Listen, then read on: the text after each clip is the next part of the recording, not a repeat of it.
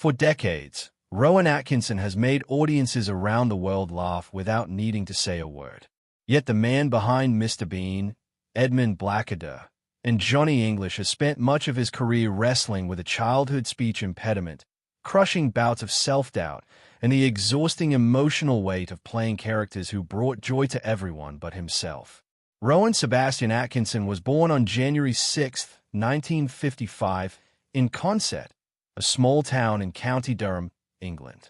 He was the youngest of four brothers, though tragedy touched the family early. His eldest brother, Paul, died in infancy, leaving three surviving boys. One of them, Rodney, grew up to become an economist and later came close to leading the UK Independence Party in 2000. Life on the family farm was quiet, orderly, and disciplined, an unlikely training ground for a boy who would eventually build a career on loud, chaotic physical comedy. Around age 5, Rowan developed a serious stutter that made everyday speech, let alone school, a struggle. At Durham Chorister School, classmates mocked his halting speech and unusual, expressive face, with some reportedly comparing him to an alien. A teacher there later recalled him as a shy child marked by his rubbery features and speech difficulties. Notably, one of his schoolmates was a young Tony Blair, 2 years his junior, who would go on to remember just how difficult those years were for Atkinson.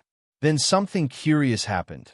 The moment Rowan stepped in front of an audience, his stutter vanished entirely. The very thing that isolated him as a child became, on stage, a source of total fluency and control. It was an early sign that performance offered him something ordinary conversation could not. Despite the bullying, Atkinson excelled academically, earning strong marks in his Science A-levels and securing a place at Newcastle University in 1973 to study electrical and electronic engineering. He graduated in 1975 and, following in his father's footsteps, went on to Queen's College, Oxford, for a master's degree focused on self-tuning control systems. He even began doctoral work but never finished it. Comedy was pulling him in a different direction. At Oxford, Atkinson joined the Drama Society and a review group. It was there, in 1975, that he met a young writer named Richard Curtis, a meeting that would shape both of their careers for decades to come. Curtis later described watching Atkinson perform for the first time, an unassuming figure in the corner of a rehearsal room who, once on stage, delivered a driving sketch and a mimed routine that left him stunned. In August 1976, Atkinson performed with the Oxford Revue at the Edinburgh Festival Fringe, his first outing in front of a major audience. The show succeeded, and Atkinson's path was set. He completed his engineering thesis in 1978, technically finishing what he started, but by then his attention belonged almost entirely to comedy. His technical training never entirely left him, though. He became an early adopter of hybrid and electric cars and, decades later, would use his engineering background to weigh in publicly on debates about electric vehicle technology. The years that followed were difficult. Atkinson pitched work to the BBC and was repeatedly turned down. A 1979 radio program he created for BBC Radio 3, in which he voiced a range of invented characters, was well reviewed by critics but aired in an unfavorable time slot and found little audience. Auditions were an ordeal. His stutter tended to resurface under the pressure of being himself in front of strangers, and at one low point he reportedly considered abandoning comedy altogether and returning to engineering. But the same discovery that had helped him as a child returned to help him as a young adult. When he inhabited a character, the stutter disappeared. He no longer needed to speak as Rowan Atkinson. He could let his creations do the talking. Old university friends, including economist Angus Deaton, worked with him on radio sketches during this stretch, giving him a low-pressure space to sharpen his comedic instincts before facing television cameras. In 1979, Atkinson returned to the Edinburgh Fringe with a largely silent show reminiscent of the great physical comedians of the silent film era. Some audience members walked out, unsure what to make of it. Others recognized something rare in his command of expression and movement. Around the same time, he filmed a TV pilot called Canned Laughter, in which he tested an early version of what would eventually become Mr. Bean. The pilot wasn't picked up as a series, but by the time he appeared on the chat show Wogan in 1980, Atkinson had effectively learned how to perform his way past his stutter. The BBC finally gave Atkinson a real platform in 1979 with a new sketch show, delayed from its original air date because of a general election. When not the 9 o'clock news premiered that October, the reception was brutal. Fewer than 1 million viewers tuned in, and critics dismissed it outright. Co-star Mel Smith reportedly called the first episode one of the worst half hours of television he'd ever seen. Yet a BBC executive saw enough promise to commission a second series, a decision that ultimately turned the show into one of the most influential British comedy programs of its era. Behind the scenes, the show was not without turmoil. After the first series, cast member Chris Langham was dropped, a decision Atkinson reportedly opposed, and the fallout was severe enough that Langham avoided contact with the rest of the cast for years afterward. Budget cuts also became a running joke within the show itself, forcing the production to abandon lavish filming locations. The turning point came with a sketch called Gerald the Gorilla, in which Atkinson, in a gorilla's suit, played a supposedly trained ape who turns out to be far angrier and more articulate than expected. The sketch became a cultural touchstone. Scientists reportedly began jokingly borrowing the sketch terminology for describing groups of baboons, and helped the show earn a prestigious international award as well as a major British television honor. That success also cemented Atkinson's reputation as a master of physical, offbeat comedy, setting the stage for what came next. By 1982, though, the show's demanding pace had worn the cast down, and rather than continue riding its popularity, the ensemble chose to walk away.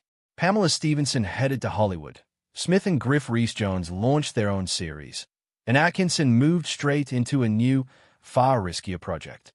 The Blackadder launched in 1983, co-created with Richard Curtis, reimagining English history with Richard III victorious at Bosworth Field. Atkinson played the scheming Prince Edmund. The production was expensive, elaborate castle locations, period costumes, and a large cast pushed costs so high that the BBC nearly cancelled the show after its first run. Reviews were mixed, and only an international Emmy win convinced the BBC to commission a second series, this time with a far leaner budget. That leaner approach transformed the show.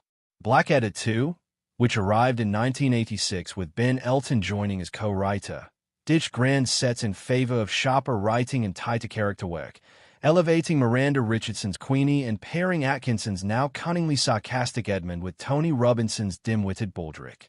Early skepticism from critics faded as audiences embraced the retooled format. The series reached its peak with 1989's Blackadder Goes Forth, set in the trenches of World War I, with Atkinson as Captain Blackadder alongside Hugh Laurie and Tony Robinson.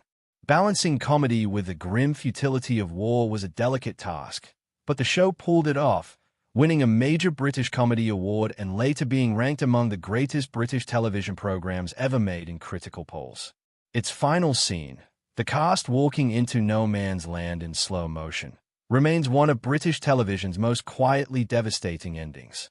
Atkinson later reflected that the collaborative chemistry of that cast, built on trust and heavy improvisation, was something that couldn't be recreated. Mr. Bean premiered on January 1, 1990, drawing an enormous audience and eventually selling to well over 200 countries. Because the character rarely spoke, the comedy translated effortlessly across language barriers, turning Atkinson into a genuinely global star. But the show's success came at a steep personal cost. Atkinson has openly admitted he found playing Mr. Bean stressful and draining, since the character's near-total silence meant every ounce of comedy had to be carried through his face and body, an exhausting, unrelenting physical performance.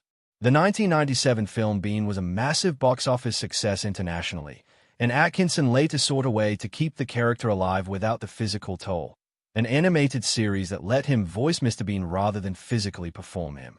He also brought Mr. Bean back for a memorable live sketch during the 2012 London Olympics opening ceremony, watched by hundreds of millions worldwide, though the appearance reportedly left him drained for weeks afterward and is often regarded as his last major physical outing as the character. Over the years, Atkinson has repeatedly gone back and forth on retiring Mr. Bean altogether, at different points saying he wanted to end the character, then that he never would, then that a return was unlikely but not impossible. Atkinson's other roles reveal a wider range than his most famous character suggests. His brief, bumbling turn as a novice priest in 1994's Four Weddings and a Funeral became one of the film's most memorable moments.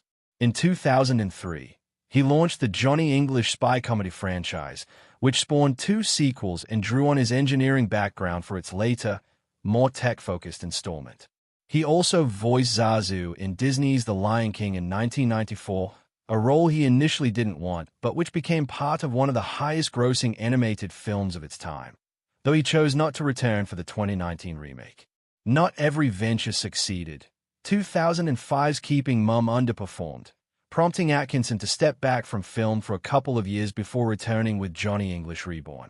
In 2022, at 67, he returned to intensive physical comedy in Netflix's Man vs. Bee.